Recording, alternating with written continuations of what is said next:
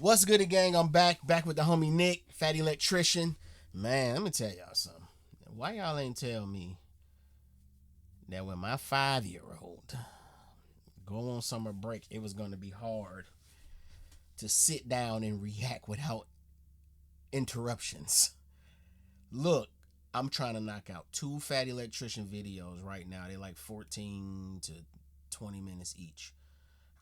It's a couple of like hour plus ones I want to do, but bruh, I gotta do them on the weekends. I gotta do that with my son at his grandparents' house because I'm with him all day. My wife work. She wake up, she clock in, she ain't clocking out till the evening. I'm with my boy all day. All right, so I got him a little preoccupied right now. So let's try to get this done without him knocking on the door. So this is basically a war crime. America's future weapon, the XM-29. Learn me something, Nick. Let's go. Okay, I guess part 2 of all the weird future weapons the government wasted our money on. Today we're talking about that time that Uncle Sam decided that he wanted to take the M16, the U.S. military's primary firearm, and replace it with a grenade launcher. But first, an angry rant, an ad, brought to you by my favorite news app, Ground News. Like they a collect news Metroid from over arm. 50,000 sources, sticking it into one convenient app, allowing you to compare all the news coverage in one convenient location, allowing you to simply swipe over to read different headlines for the same exact story, being able to tell which outlet is biased and which isn't, and how factual their articles actually are. And that factuality rating is really important because every once in a while some dumb stuff happens. That's crazy that they have a wait a minute. Shouldn't all this shit be true? Shouldn't all the information be real?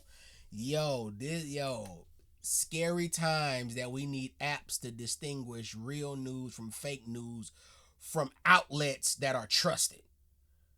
This ain't like my next door neighbor is making the post. These are like trusted outlets. Same exact story, being able to tell which outlet is biased and which isn't, and how factual their articles actually are. And that factuality rating is really important because every once in a while some dumb stuff happens, like the Marine Corps pulling a Wonder Woman and forgetting where they parked the invisible jet. Oh, no.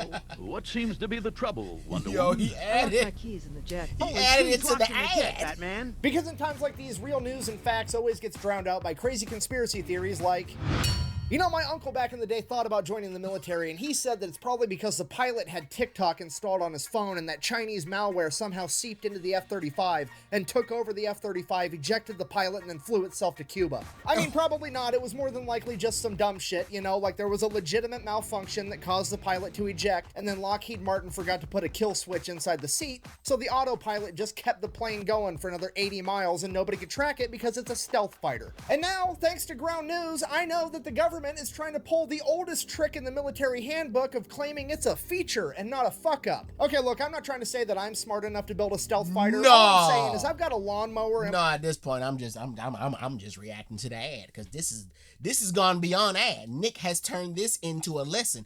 That happened? That ain't happened. Marines say F-35 feature to protect pilot would explain why it flew 60 miles on it.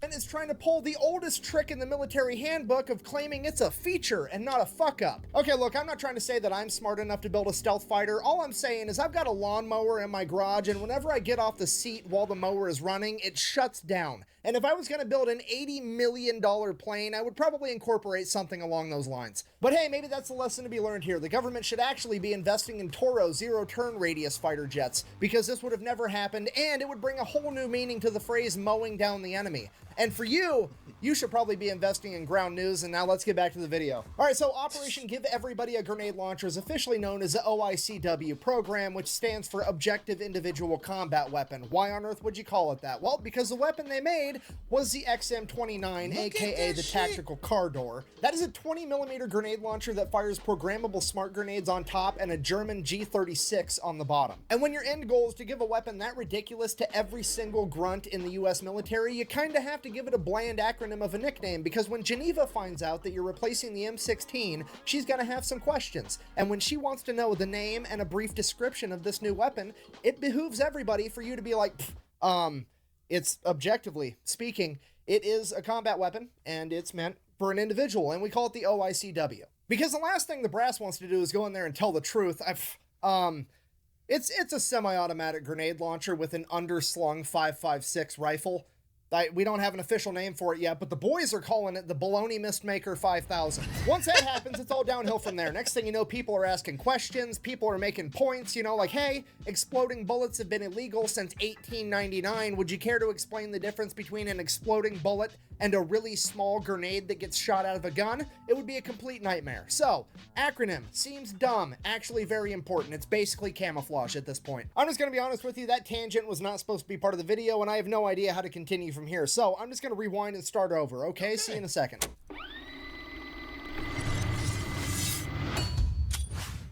Today we're talking about America's Starship Trooper weapon, the XM-29.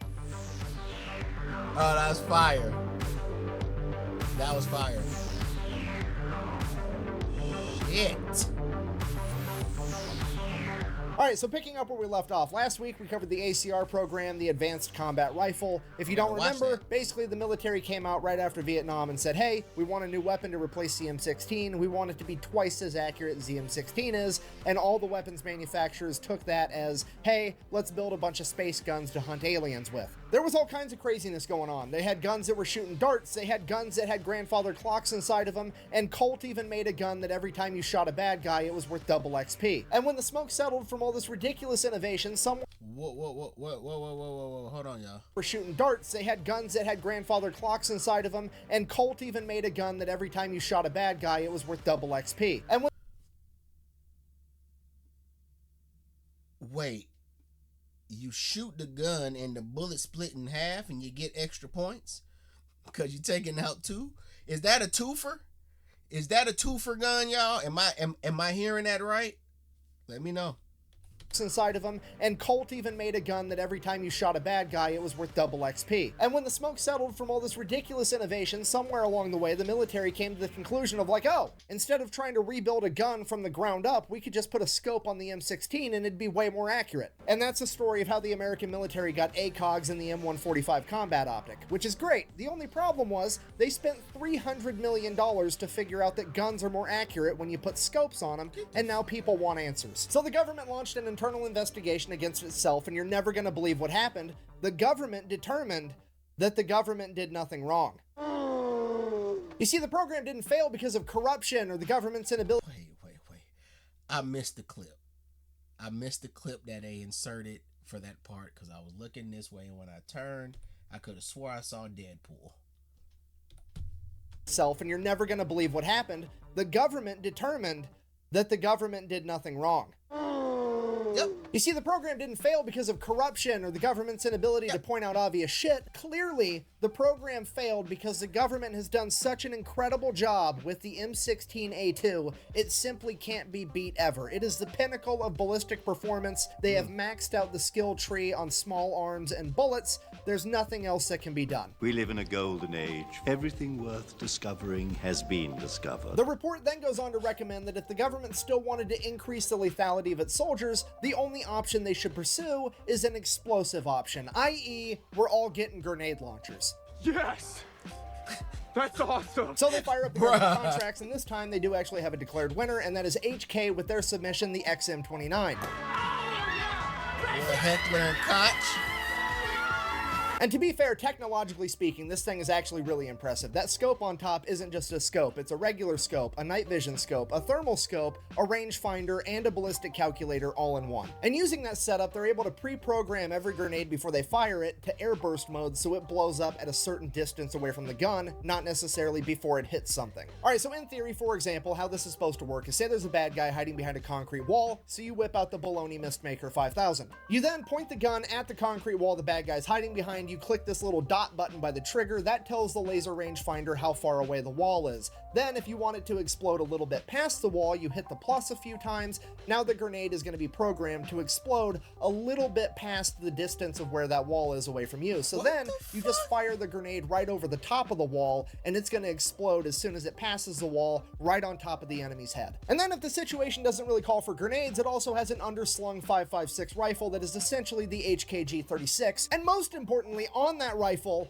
to answer the question that every Marine has had since the very beginning of this video, yes, there is a bayonet lug for this weapon. I mean, could you imagine being the guy that gets taken out with a bayonet on the end of this monstrosity? You're just sitting up there at the pearly gate waiting to find out if you're going up or down. Somebody leans over and is like, hey, what happened to you? Oh, I got hit with a drone strike. What about you? I'm gonna be honest with you. I think a Marine jumped into my trench and stabbed me with a piece of luggage. So this begs the question, why on earth didn't the United States adopt this thing if it's so awesome? Well, it's awesome in theory, it's not so awesome in practice. There's a lot of piece of luggage. Trench and stabbed me with a piece of luggage. So this begs the question, why on earth didn't the United States adopt this thing if it's so awesome? Well, it's awesome in theory, it's not so awesome in practice. There's a lot of things wrong with it. For one, this thing empty with no ammunition inside of it weighs 18 pounds, which is very heavy for a firearm. Wow. To put that into perspective, an M16 kitted out with a grenade launcher, an ACOG, a PEC-15 IR unit, the whole shebang is about 12 pounds. So this thing is 50% heavier. Also, Dang. with the XM-29, there was just some bad design ideas. Okay, so if we look at the M16 with the M203 grenade launcher,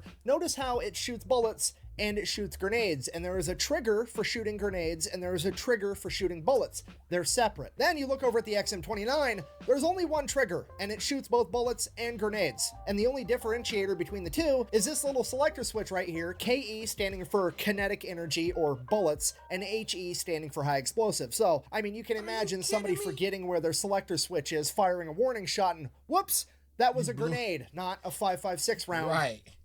My bad. Okay, third and final reason, it was just going to be a logistical nightmare all the way throughout, because that big-ass fancy scope on top is going to take batteries, and if you can't get batteries to make that scope work, the rangefinder isn't going to work, which means you can't program the smart grenades, which means you're basically carrying around an 18-pound gun that is ultimately a 5.56 rifle with a 9-inch barrel, and a 9-inch barrel at 5.56 gives you a range of like 200 yards, so... I don't know when they did this. Damn, did he mention the date that they actually started this? But I would think that the military, well, not even the military, but these gun producers who make the weapons for the military would have some type of access to a battery that wouldn't be hard to get. You probably wouldn't have to change that often, or some solar powered shit. That's just what I'm thinking. I don't know. Maybe I'm tripping. Inch barrel, and a 9-inch barrel at 5.56 gives you a range of like 200 yards, so it just doesn't work out if you don't have batteries. Secondly, even if you can get batteries all the way there, you gotta have smart grenades which have microchips in them, and I don't know what you know about American manufacturing, but we're not that great at making microchips, and the places we get all our microchips from are either places we're likely to go to war with, or places that are bordering places that we're likely to go to war with, which could pose a huge issue in ammo procurement should war break out. So because of all these reasons, in 2004, the chief of the infantry steps up and is like, absolutely not. I'm not sending all these guys out to the front lines carrying tactical car doors. This is not happening. Kill the program. It's over. So at this point, all the other high-ranking brass and bureaucrats and weapons contractors are like, well, this is kind of an issue because this program was going to be the reason that it was okay that we messed up the last program that cost $300 million. And now we've spent a bunch of more money on this program, so much so that we're not even going to tell the public how much. We kind of have to make this program work. So what if we kept the program alive? So much money wasted. That's so a $300 million mistake. No one on planet Earth can say that except a government. Not even just the government here, the government anywhere. Only a government can say we wasted 300 M's and we about to go for some more. It's amazing, man. It's amazing. Let's just spend this made up shit and spend more of it, and who cares?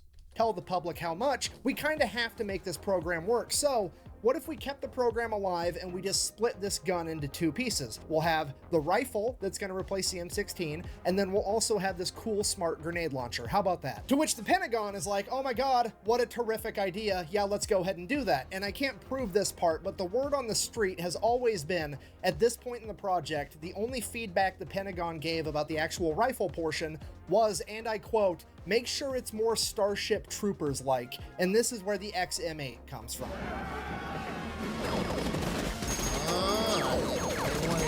And while the G8... I get it, they wanted it to be intimidating. I love how the government, they'll waste money. They probably won't tell us. They won't tell the public that they're wasting money. then they end up wasting 300 million, and then they go into the next project like, we have to think about the citizens, because if this it already got out that we wasted some money. We can't let them know we wasting more money. This can't be a waste. This has to work. I like how they go from not giving a fuck about what the hell we think to actually like, damn, we can't fuck them over that much more. Let me say that we can't fuck them over that much more. So let's see how they feel about it. Because if we upset the public, we might fuck around and lose all of this. I'm with that. Sure, it's more Starship Troopers like, and this is where the XM-8 comes from.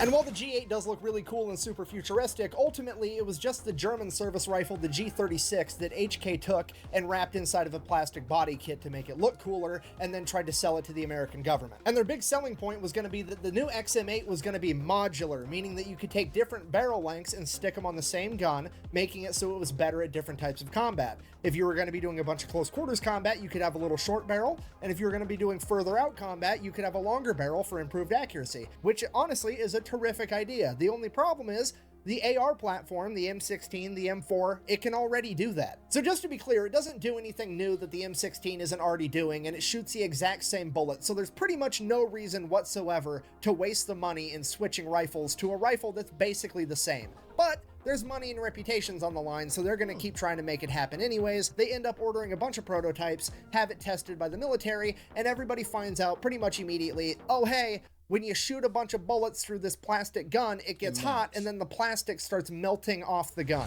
So the XM8 ends up getting scrapped in 2007, but there is a silver lining. It's not a complete loss, because we still have the XM-29, the smart grenade launcher. And this thing is actually absolutely awesome. It's pretty much the same grenade launcher from the XM-29. The only thing they changed is they bumped it up from a 20mm to a 25mm grenade to make it a little bit more lethal. And now the plan moving forward with this thing is, instead of having everybody in the military carry a grenade launcher, you're just going to take one guy from the squad and have him be the smart grenade launcher guy. Like, you lose one rifleman, you gain one guy that can shoot smart grenades 700 yards. It's a pretty fair trade-off, and probably a really good idea in a lot of use cases. So they give to the bruh, to not know that a grenade is headed your way from 700 yards is fucking spooky.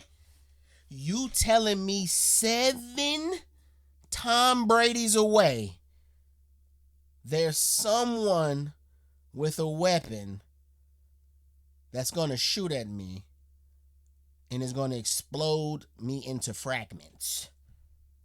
It's going to explode my mind away. From 700 yards, that will never not be a what the fuck for me. It's always going to be a what the fuck. And now you're like, come on, this is ridiculous. This is ridiculous. It's a pretty fair trade-off, and probably a really good idea in a lot of use cases. So they give to the grunts and send them off to war, and seemingly everybody loves it. The Rangers get a hold of it, they seem to like it, they give it to the 101st Airborne, and those guys absolutely love it. They end up nicknaming it the Punisher. Some of the leaders in the infantry are quoted as saying it'll turn a 30-minute gunfight into a 3-minute gunfight. This thing is absolutely awesome, because you can have everybody using their M16s, their M4s, their 240s, their saws, laying down suppressing fire, forcing the enemy to hide behind cover, and then just use a grenade to take out the enemy from behind cover, and it's a huge tactical advantage. And this goes on for years, until one day in 2016, the entire narrative changes, and seemingly overnight, the XM-25 Punisher becomes a giant piece of shit. Somebody starts digging up all these old stories, looking for anything in the history of the XM-25 that could be used against it. Like, there was this one time back in 2012 where this one Ranger unit on this one mission decided that they would rather have a rifleman instead of this grenade launcher. Therefore, this weapon must not be very reliable. It's not like the Rangers are a special operations unit, and maybe that particular mission didn't call for a fucking grenade launcher, but whatever. Oh, and then there was this one time in 2013 where the weapon malfunctioned one time and all the safety features worked exactly how they were supposed to, but the operator of the weapon still got a minor injury, so we're gonna go ahead and use that as the excuse to can the entire program for, you know, troop safety, because nobody's gonna get mad at us if we're trying to protect the troops, right? Right. Okay, because here's what we're not going to do. We're absolutely not going to tell the American public that somewhere along the line somebody remembered, oh, exploding bullets are a war crime, and they have been since the 1800s. I wonder what the difference is between an exploding bullet and a small grenade that gets shot out of a gun. And then, if you Google it, holy shit, this line has been drawn in the sand since 1868. If it's 400 grams or less, it's an exploding bullet, and if it's more than that, it's a piece of ordnance. And a 25 millimeter grenade is apparently less than 400 grams, so this entire project has been a war crime the entire time, right from the get-go. Hundreds of millions of dollars of taxpayers' money has now been wasted because somebody that ran this project didn't want to Google shit first. You know, it's only a war crime if the bullet explodes inside the enemy. This is supposed to explode over the top of the enemy, so this should be completely legal. Yeah, that is true, but hear me out. If you can point the laser at the wall the bad guy's hiding behind and make the grenade explode a couple inches past that wall, you can also aim the laser at the bad guy and make that grenade explode a couple inches into that bad guy. So yeah, I guess in conclusion, that's the story of the OICW program. That time the US government decided that they were going to spend 3 decades and hundreds of millions, if not billions of dollars to develop a fancy new futuristic grenade launcher that from its inception, the very idea of it was actually illegal. Thanks for watching. Best way to support the channel is go buy some merch over at thefatelectrician.com. Quack bang out. You know, it's only a war crime if the bullet explodes inside the enemy. If it explodes...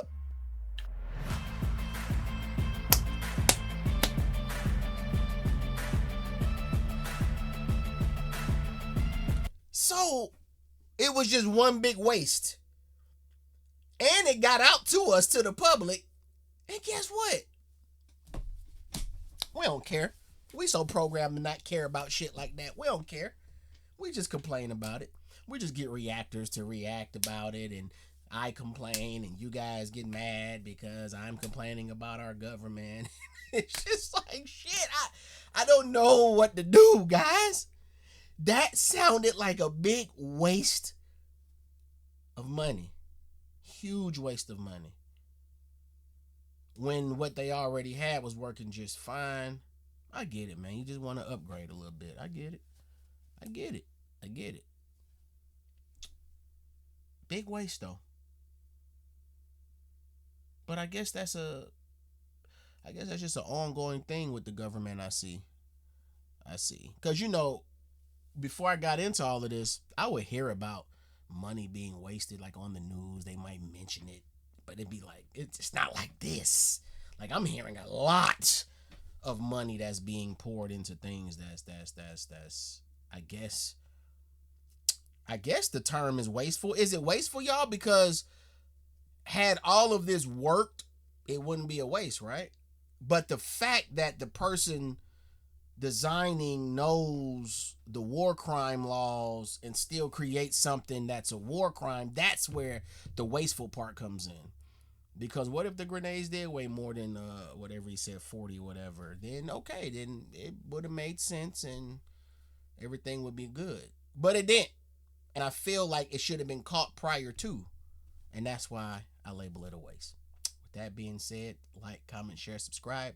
Let me stop trying to figure out the nation's economy. I'm out of here, guys.